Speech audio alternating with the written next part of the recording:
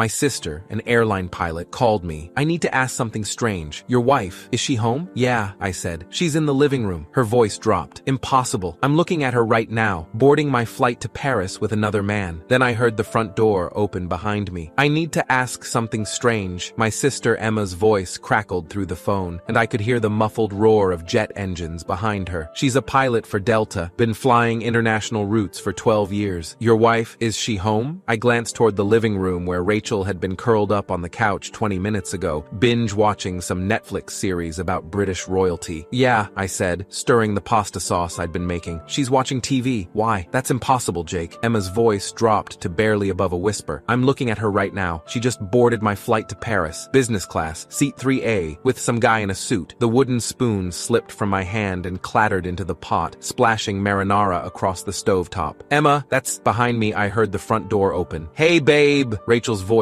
echoed from the entryway, bright and cheerful. Sorry, grocery run took forever. They were out of that sourdough you like, so I had to try 3 different stores. I stood frozen in our kitchen, phone pressed to my ear, listening to my wife of 5 years walking toward me. Her footsteps, the rustle of reusable grocery bags, that familiar humming she does when she's in a good mood. But my sister was 30,000 feet away, watching my wife board a plane with another man. Emma, I whispered, turning away so Rachel wouldn't see my face. Send me a photo, right now. Jake, I can't just, please. 10 seconds later, my phone buzzed. I opened the image with shaking hands. There she was, Rachel's distinctive red hair, that specific shade somewhere between copper and auburn that catches light like fire. The black leather jacket I'd bought her for Christmas after she'd stared at it in the store window for 3 weeks straight. She was laughing, head thrown back, one hand on some silver-haired man's arm. The guy looked like he'd stepped out of a Forbes cover. Tailored navy suit, expensive watch catching the terminal lights, that casual confidence that comes with old money. I have to go, I told Emma, my voice sounding strange even to my own ears. Jake, wait. I hung up. Rachel walked into the kitchen carrying 2 Whole Foods bags, her cheeks flushed from the cold November air. She was wearing her gray yoga pants and my old Columbia sweatshirt. Her hair was pulled back in a messy ponytail, no makeup. The tiny scar above her left eyebrow, from when she'd fallen off her bike at 14, was visible. Want me to make that pasta thing you like? She asked, setting the bags on the counter. I found fresh basil at the 3rd place. I stared at her. Same green eyes, with those gold flecks around the pupils. Same constellation of freckles across her nose. Same scar on her left hand from our camping trip in Yosemite when she'd cut herself opening a can of beans. Every detail. Exact. Actually, I said carefully, forcing my voice to stay level, I need to run to the office. Emergency. Client's server went down. She frowned, reaching out to touch my arm. On Saturday night, can't someone else handle it? Her hand felt warm, real, solid. I'm the only one with admin access to their backup system. Should just be an hour, maybe 2. Okay. She stood on her toes to kiss my cheek. I'll keep the pasta warm. I grabbed my keys and walked out to my car, my hands shaking so badly I had trouble getting the key in the ignition. I sat there in our driveway for a full minute, staring at our house, the one we'd bought together 3 years ago, the one with the porch we'd painted blue because Rachel loved that shade, the one with her herb garden out front. Then I pulled up the photo Emma had sent and zoomed in. The jacket, the stitching on the left shoulder where she'd caught it on a fence, the small scorch mark near the bottom from when she'd leaned too close to a campfire. My jacket, my wife's jacket, but my wife was inside making pasta. I drove to the Starbucks on Maple Street, the one far enough from home that Rachel wouldn't randomly show up, and called my college roommate, Trevor Hollis. We'd lived together junior and senior year at Berkeley. After graduation, I'd gone into IT security consulting. Trevor had taken a different path, private security, corporate intelligence, the kind of work that required discretion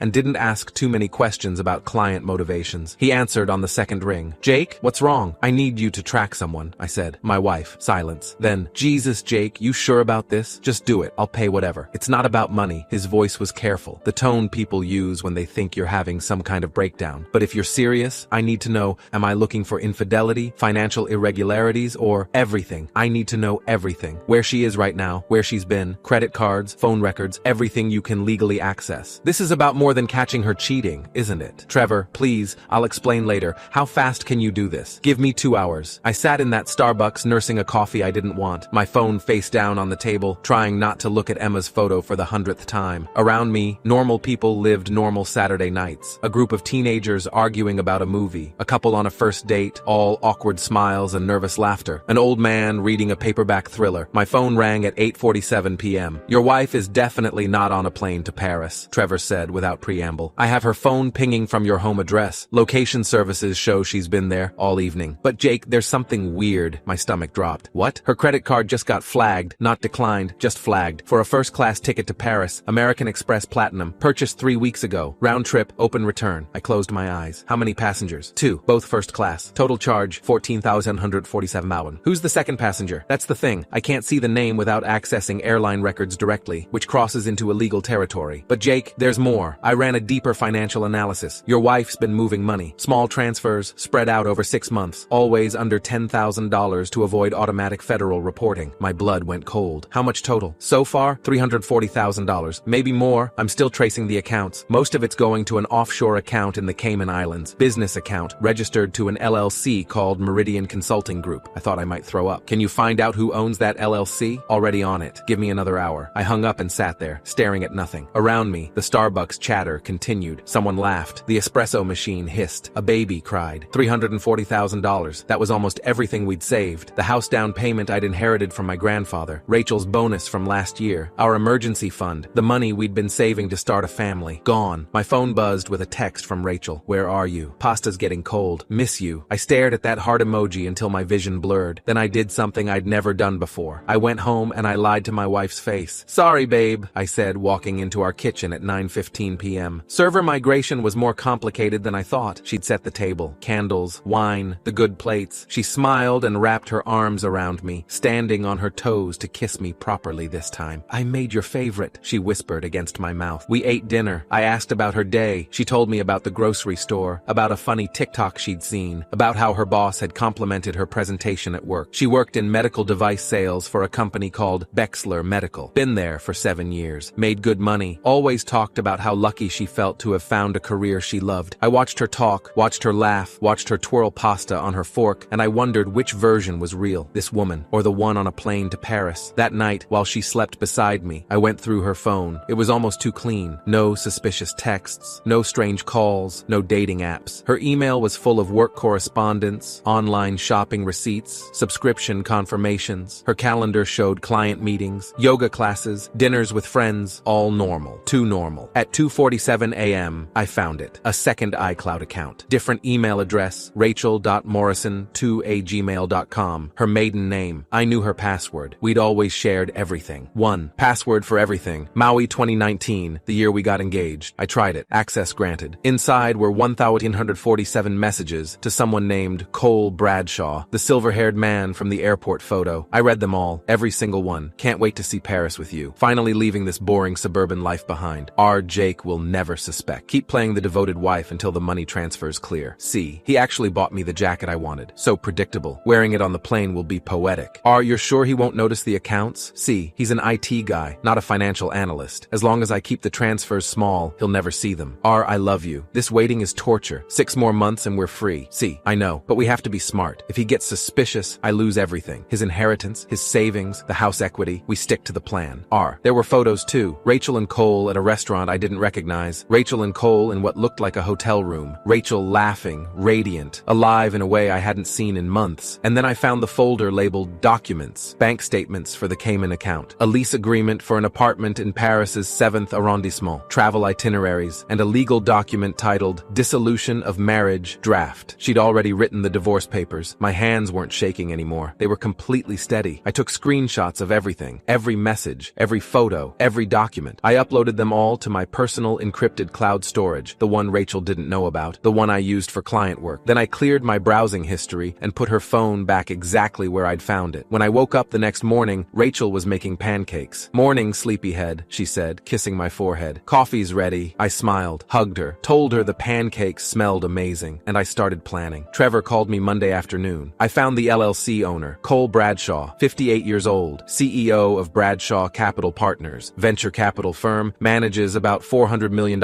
in assets. Divorced twice, 3 grown kids, clean record, but his second ex-wife's divorce filing mentioned habitual infidelity and financial manipulation. Can you keep digging? Jake, I have to ask, what are you going to do with this information? I don't know yet, but I need to know everything before I decide. Okay, give me a few more days. That week was the strangest of my life. I went to work, came home, had dinner with Rachel, watched TV, made love to her. The whole time, I was thinking about those those messages, about Cole Bradshaw, about $340,000, about that apartment in Paris. Rachel never once slipped up. She was perfect, attentive, loving. She asked about my day, laughed at my jokes, told me she loved me. Tuesday night, she made my favorite meal, her grandmother's lasagna recipe, the one she only made for special occasions. She'd lit candles, put on the playlist from our wedding reception, wore the dress I'd always said I loved. "What's the occasion?" I asked, forcing a smile. "No occasion," she said, pouring wine. "I just love you. Sometimes I forget to show it properly." I watched her across the table, candlelight catching the gold in her eyes, and I wondered if this was guilt, if some part of her knew this was goodbye, if she was playing a role, or if, in that moment, some fragment of the old Rachel, the one who'd cried at our wedding, who'd held my hand through my father's funeral, who'd stayed up all night with me when I was sick, was trying to surface one last time. "I love you too," I said. And in that moment, I meant it. I loved the woman I thought she was, the woman in my memories, the ghost that wore her face. Wednesday, Trevor sent me another update. The offshore account isn't just receiving your money. There are deposits from 3 other sources. Looks like Bradshaw has been running this scheme before. You're not his first mark. You're just the latest. Can you trace the other sources? Working on it. But Jake, this is bigger than an affair. This is organized financial fraud. Bradshaw has a pattern. Targets successful, financially stable men through their wives or girlfriends, romances the women, convinces them to siphon funds slowly, promises them a new life. Then once the account is fat enough, he disappears with everything. My hands clenched around my phone. So Rachel isn't even special to him. She's just another mark. Probably. I found his dating profile on an exclusive millionaire matchmaking site, active as of 2 days ago. While he's texting Rachel about their future together, he's already hunting for the next target. That night, I looked at Rachel differently, not just as my betrayer, but as his victim too. She thought she'd found her soulmate, her escape from suburban monotony. She thought she was the exception, the one who'd finally tamed the Silver Fox CEO. She had no idea she was just inventory. Thursday morning, I called Deborah again. "I need to know, if I gather everyone together to reveal this, could that hurt my legal case?" "It's risky," she admitted. "Defense attorneys could argue you're attempting to publicly humiliate her, which might make judges less sympathetic. But if you frame it correctly, as transparency, as protecting others from similar fraud, as ensuring witnesses to prevent her from controlling the narrative, it could actually strengthen your position. Shows you're not hiding, not ashamed, and have nothing to fear from scrutiny. What if she never comes back? What if she stays in Paris? Then the criminal charges hit her anyway. The FBI doesn't need her permission to prosecute. And if she becomes a fugitive, that only makes her look worse. Either way, Jake, you win. The question is whether you want a quiet win or a public one." I thought about that leather jacket, about her laughing in those photos, about the message calling me predictable. "Public," I said. "I want everyone to know." On Thursday, she mentioned casually that her sister in Boston had invited her to visit the following weekend. "Just a girl's weekend," she said, chopping vegetables for a stir-fry. "Claire's going through a tough time with her divorce. She needs support." "Of course," I said. "You should go. When are you leaving?" "Saturday morning. Back Monday night. I'll miss you." She kissed me. "I'll miss you too, babe." I studied her face, looking for cracks, for guilt, for anything that might indicate she felt even a flicker of remorse. Nothing. Her eyes were clear, her smile genuine. She'd compartmentalized so completely that I might as well have been a character in a movie she was watching, not a real person she'd shared 5 years with. That night, I checked her hidden email account. New messages from Cole. "Flights booked. See you Saturday at CDG. Finally. C, I can't wait. Told Jake I'm visiting my sister. He bought it completely. R, once you're here, we don't have to hide anymore. C, 6 months of lying. Worth it for this. Love you. R, bring the documents. We need to close the final accounts as soon as you land. C, everything's ready. By Monday, Jake won't be able to touch any of it." RI took screenshots of those too. Friday night, I made one more call. Deborah Santos, 23 years practicing family law, partner at Santos and Wright. I'd used her firm for some contract reviews when I'd started my consulting business. "Deborah, I need advice. Hypothetically speaking, if someone discovered their spouse was planning to leave them and had already stolen significant assets. Jake, is this about you and Rachel? Hypothetically. Okay? Hypothetically, documentation is everything. Financial records, communications, evidence of intent. If you can prove premeditated theft and fraud, especially if marital assets were moved to hide them, you're looking at criminal charges on top of civil liability, but you'd need ironclad evidence. What if I had screenshots of messages detailing the theft, bank records, photos, and a witness who saw her board the plane with her accomplice?" Deborah was quiet for a moment. "Then, hypothetically, you'd have one of the strongest cases I've ever seen. But Jake, what? Make sure you're ready for what comes next. Once you light this match, there's no putting it out. Your life becomes public. Her life becomes public. Everything gets examined. Are you prepared for that?" I looked around our kitchen, the refrigerator covered in our photos, the coffee maker we'd bought together, the herb garden she tended in the window. Yes, I said, I'm ready. Then document everything, every lie she tells, every movement. And when you're ready to strike, make sure it's decisive. No warning, no second chances, just truth. Understood. Saturday morning, Rachel was packed by 7 a.m. One suitcase, carry-on only. Traveling light, she said, smiling. Just a weekend trip. I helped her load the suitcase into her Honda Civic, kissed her goodbye, told her to drive safely. Love you, she said. Love you too. I watched her drive away. Then I waited exactly 1 hour, and I started making calls. First, Emma. Can you confirm Rachel's on your flight to Paris today? Already checked. She's boarded. Same guy as last time. Jake, what's going on? I'll explain soon. Can you take more photos? Anything that shows them together? Sure. But Emma, trust me, please. Next, I called Trevor. I need you to meet me at my house in 2 hours. Bring copies of everything you found, every document, every record. Jake, please. Then I started calling family and friends. My parents, Rachel's parents, our closest friends from college, my co-workers who'd been to our wedding, Rachel's co-workers from Bexler Medical. The message was always the same. Emergency gathering at our place, 6 p.m. tonight. Rachel's in serious trouble. Please come. I'll explain everything then. By 5:30 p.m., 23 people had crammed into our living room. Rachel's mother kept asking where Rachel was. Her father looked worried, checking his phone every 30 seconds. My mother kept touching my arm, asking if I was okay, her eyes searching mine for answers I wasn't ready to give. Friends whispered to each other, confused. Sarah and David Miller, our neighbors from 2 doors down, sat uncomfortably on the ottoman. We'd had dinner with them twice a month for 3 years. Kelly Brennan, Rachel's best friend since college, kept texting Rachel's phone. My co-worker, Amit, who'd been my best man, stood near the kitchen, arms crossed, looking concerned. Emma had flown in from her layover in Seattle, still in her pilot's uniform. Jake, seriously, what's going on? Kelly asked. Rachel's not answering. I'm getting worried. You will be, I said quietly. Just wait. At exactly 6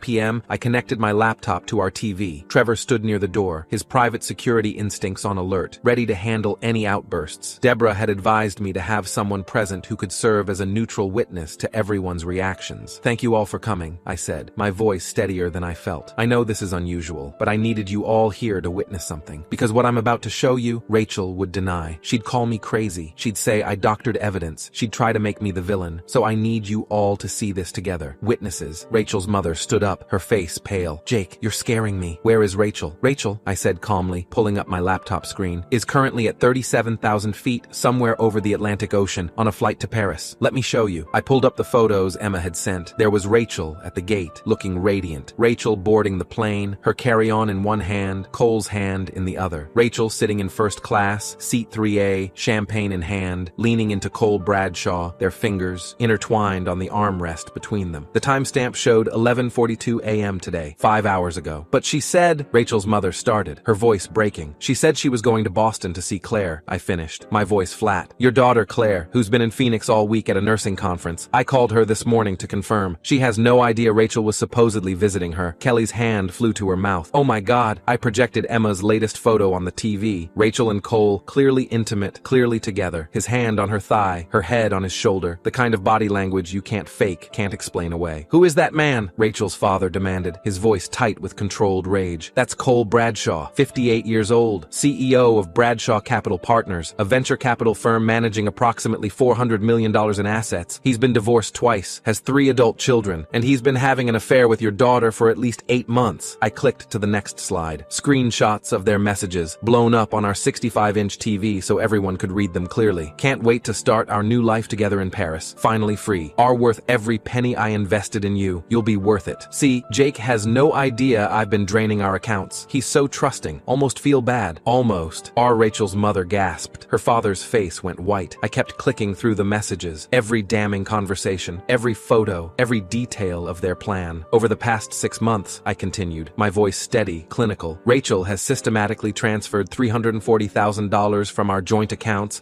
and my personal savings into an offshore account in the Cayman Islands. Small transfers, always under $10,000 to avoid federal reporting requirements. I showed them the bank records Trevor had compiled. Every transfer, highlighted in yellow. The dates, the amounts, the destination account. She used company resources from Bexler Medical to facilitate these transfers, I said. Company computers, company time, which means this isn't just theft from me. It's theft from her employer, misuse of corporate resources, and potentially fraud. I pulled up the next document, the Paris apartment lease. She and Mr. Bradshaw signed a 3-year lease on a luxury apartment in Paris's 7th arrondissement. Monthly rent, $4,500. They plan to use my money, our money, to fund their new life together. Rachel's father was shaking. This can't be real. I wish it wasn't. I clicked to the next slide. This is the draft divorce petition Rachel prepared, filed electronically on October 15th. Never filed with the court, just saved to her private cloud account. The room was dead silent except for Rachel's mother crying. I've already filed reports with the FBI's Financial Crimes Division, the District Attorney's Office, and Bexler Medical's Corporate Ethics Board, I said. As of 3 p.m. today, all joint accounts have been frozen. The offshore account has been flagged for investigation, and I've filed for divorce, citing fraud, theft, and emotional abandonment. My phone buzzed. Unknown Paris number. I held it up so everyone could see. That's probably Rachel, realizing she can't access the money. I answered on speaker. What the fuck did you do? Rachel's voice filled the room, shrill and panicked. The account is frozen. Cole's bank rejected the transfer. Jake, you bastard. Hi, Rachel, I said calmly. You're on speaker. Your parents are here. My parents, Emma, Trevor, most of our friends. We're all watching the photos of you and Cole in Paris, the ones Emma took while piloting your flight. Dead silence on the other end. Rachel? Her mother's voice was shattered. Is this true? Mom? Oh my God, Mom, I can explain. Can you explain the $340,000 you stole? I asked. Or the messages about how stupid and predictable I am? Or the fact that you've been planning this for 8 months? Jake, please. This isn't what it looks like. Your boyfriend Cole left you at the hotel, didn't he? I said. Once he realized the money wasn't coming. Once he realized this wasn't a fantasy anymore but a criminal investigation. How long did it take him to bail? An hour? 2? He's coming back. He just needs to— Rachel, the FBI is going to want to talk to you when you land back in the US. Bexler Medical has already terminated your employment. I've changed the locks on our house. Your belongings will be boxed up and sent to your parents' address. You can't do this to me. I didn't do this to you, I said quietly. You did this to yourself. You just thought you were smarter than everyone else, that we'd never figure it out. I hate you. You ruined everything. No, Rachel. I audited our marriage, and you failed. I hung up. The room was still silent. Rachel's mother had her face in her hands. Her father looked like he'd aged 10 years in 10 minutes. My own mother was crying quietly. Then Trevor held up his phone. Jake, you need to see this. He'd been monitoring Rachel's social media accounts. Someone had posted the airport photos, Emma, I realized, tagging Rachel's Facebook, Instagram, LinkedIn. The comments were already flooding in. Is this real? OMG. Rachel, you're married. Who is that old guy? Wait, wasn't she just posting about loving her husband? Her LinkedIn profile,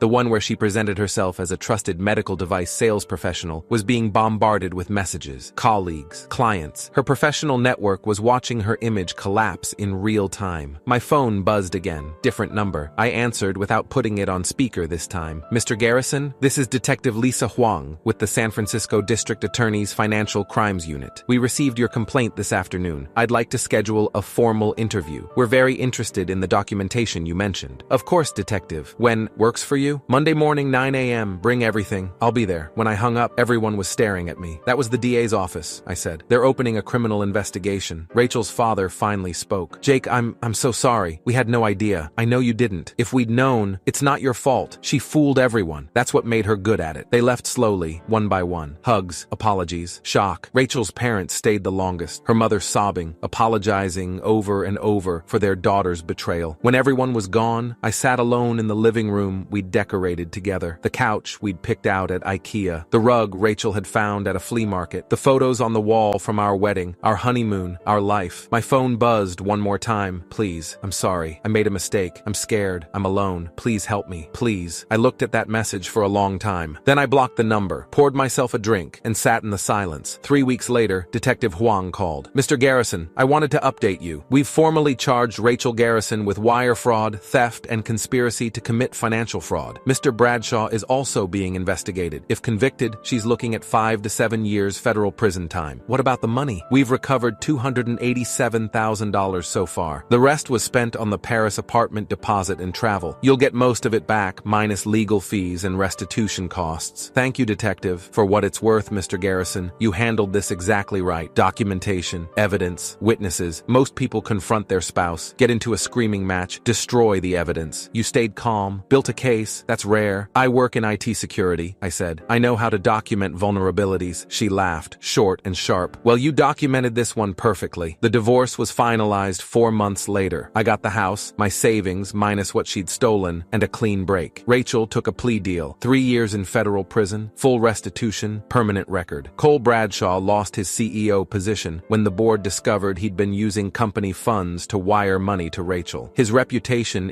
venture capital was destroyed. I sold the house 6 months after the divorce finalized. Too many ghosts. Emma came to help me pack. You doing okay? She asked, wrapping glasses in newspaper. Better than I expected, I said. You know what the weird part is? What? I'm not even angry anymore. I was for a while, but now I just feel relieved, like I escaped something that would have destroyed me eventually. You did escape, Emma said, because I called you that day. Yeah, I looked at her. Thank you for that, for trusting your gut. That's what family does. My phone buzzed. A message from a number I didn't recognize. I'm out on bail. Can we talk? I've changed. I'm getting therapy. Please. I showed Emma. She raised an eyebrow. You going to respond? I deleted the message and blocked the number. No, I said. Some stories don't get happy endings. They just get endings.